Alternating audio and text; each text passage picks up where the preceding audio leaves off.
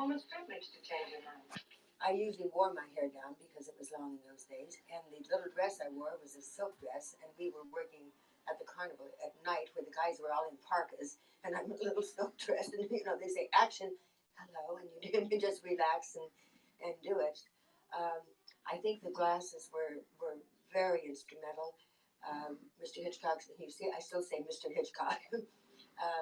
He said go to this eyeglass place and pick out some glasses. Well, what kind? Whatever you want to pick up. And I found those, and they made 6 pairs.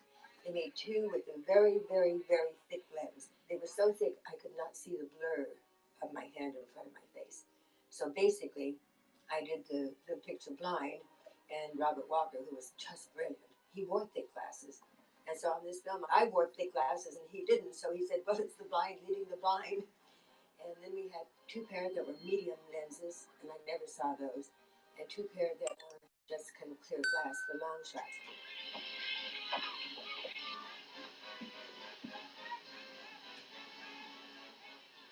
We improvised a lot, not in the written dialogue. The written dialogue was done as written, but from the time the 2 young men picked me up at my house and we went out to go to the carnival, that was all improv. It was just, hi, come on, let's go do this. Oh, did you see that? And whatever would bubble up at the moment. And again, if you watch it very closely, you'll see, for instance, we left the house to get onto the bus, and you'll see just before we get onto the bus, one will give me his hand, the other one, and I'll go up the steps, because I didn't know where the steps were. And they were helping me find that. It was the same through the entire sequence. If it was something that needed help, they were there to help and make it look like, just having fun, holding hands or whatever.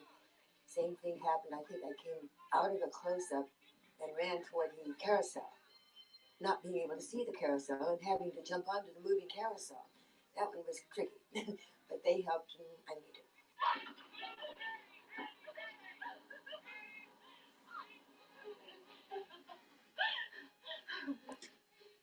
When Bruno comes up and flicks his light, I don't really understand why Haps wants me to broadcast at this time on a Sunday. Yes, and then he starts to strangle her, and the glasses fall. That was all exterior.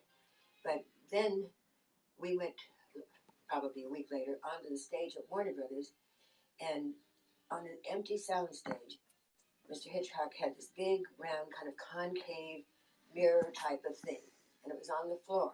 And he said, all right, Laura, turn around backwards, and the camera was shooting into the concave mirror. So I was standing with my back to it, far enough away. He said, lean over backward, like you're doing the Lindy. He said, and Laura, float to the ground. Float backward off. Yes, Mr. Hitchcock, So I turn around, action. And because I'm not a gymnast, I've never done. Anyway, I started floating. I get halfway, go clunk onto the cement floor. Cut. Laura, float to the ground. Yes, Mr. Hitchcock. Get going. There you go, clunk. 7 times. The 7th time, I got tired of hitting that cement. I literally floated backwards all the way to the cement floor. All he said was cut. Next shot.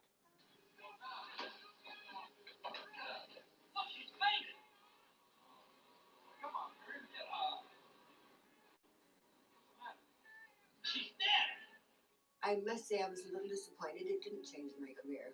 And I think it should have, because I had brilliant write-ups, thank God, in Reporter and Variety and things. But because it was a loan out from Paramount to Warner Brothers, I don't think they knew what I did. Strangers on a train. By the time it came out or something, I didn't go to the front office and say, hey, did you look at that picture that it didn't happen.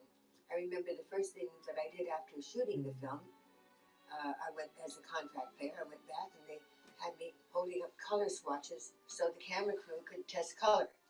Well, that's fine. I don't mind, but I really thought, it might make some difference. But I've been very lucky. That was classic. Turned out to be. Peyton Place, I was on 252 episodes. That was a classic television series. And then to go right on to Bewitched, which was another top 10. Those are 3 classic things that I fortunately enjoyed and was able to participate in.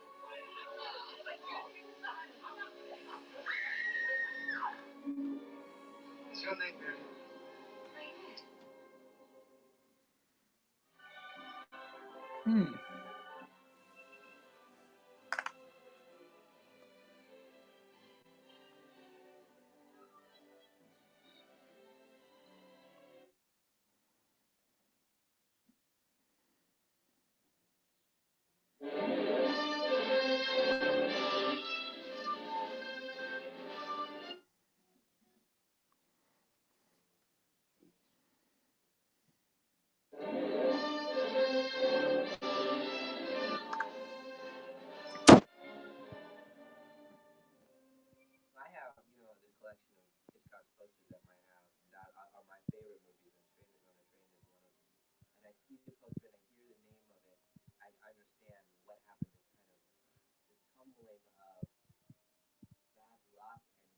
Yeah, a couple more minutes.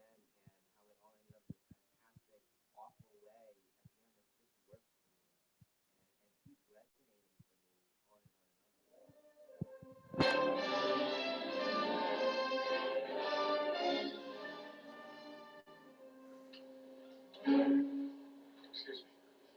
Hitchcock does this thing that I envy so much, which is the ability to do these incredibly long dialogue setups to set up the characters in the movie with you just riveted.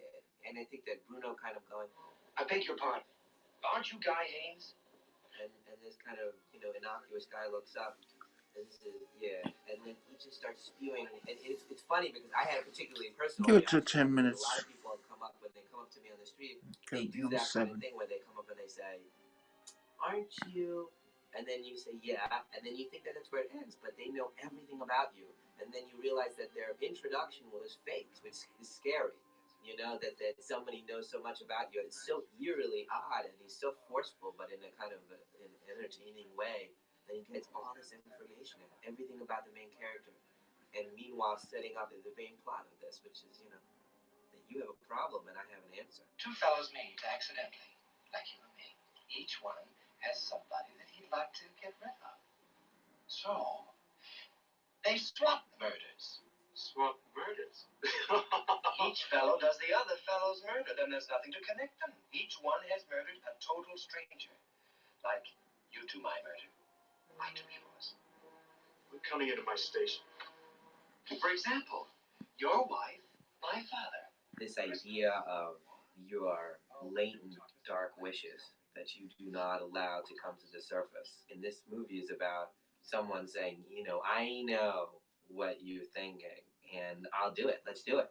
And the guy saying, no, I'm not thinking that. And he would have never done it in the course of his life and his values and all, but it's still there. And this guy picked up on it and pulled it out. Bruno pulled it out of Guy, and his nightmare, this little dark part of his heart, became exposed.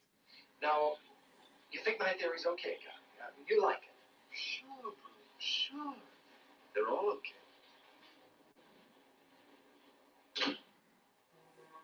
I watched Strangers on a Train just recently again. Just a minute to go. For me, Bruno character really stood Before everybody